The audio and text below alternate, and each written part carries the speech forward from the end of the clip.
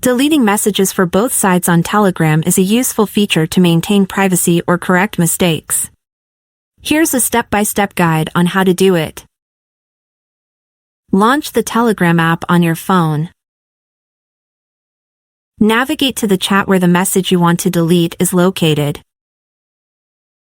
Now long press on the message you want to delete. You can select more messages to delete them at once.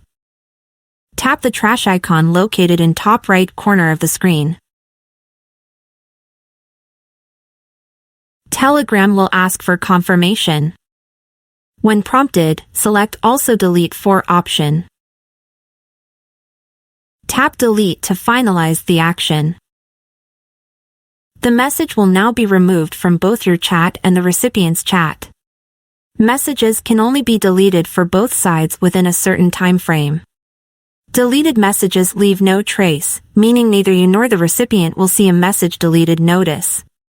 You can delete messages for both sides in personal chats and some group chats. And that's it.